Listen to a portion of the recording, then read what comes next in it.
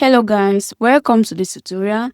In this video, we'll walk you through the step-by-step process on how to install and set up Zoho Books Actions Automation for Workflow apps. Once in your account, head over to App Marketplace, click on it, search for the app and click on it. Click on Install. Here, click on Allow and Install. Once your app has successfully been installed, you're going to refresh your tab and click on the custom page. Then the interface of the app is going to pop up where you have access to the documentation.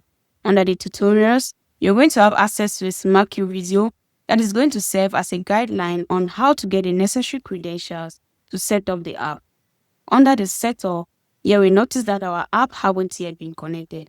But no worries, we're going to walk you through on how to connect and set up the app.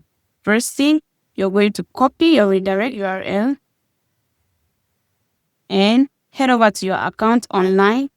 Once you're here, under the Zoho API console, you're going to click on Get Started. Click on Server-Based Application. Click on Create Now. You're going to enter your client's name. Here, you're going to enter the home page URL. And here, you're going to paste your redirect URL. Once you're done, click on Create. Then the verification page is going to pop up. You're going to enter your password and click on Confirm Password.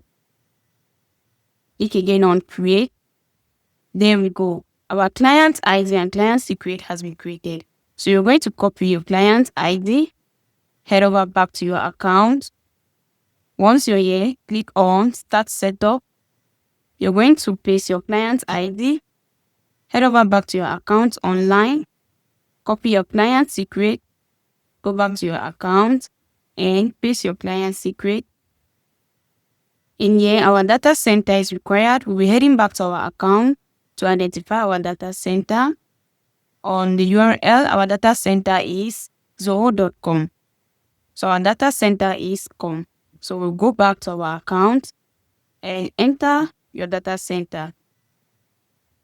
Once you're done, click on Complete Setup. So the authorization page is going to pop up and we're going to click on Access to grant permission for your app to access your Zoho account. So we'll click on Accept. And there we go. Our app has successfully been connected and set up. We equally have the support center. At the name of the support center, you can create a ticket for our support team where you can book a call with our support team. We have the change log. At the name of the change log, you're going to see the necessary notifications concerning the new update and the changes of the app.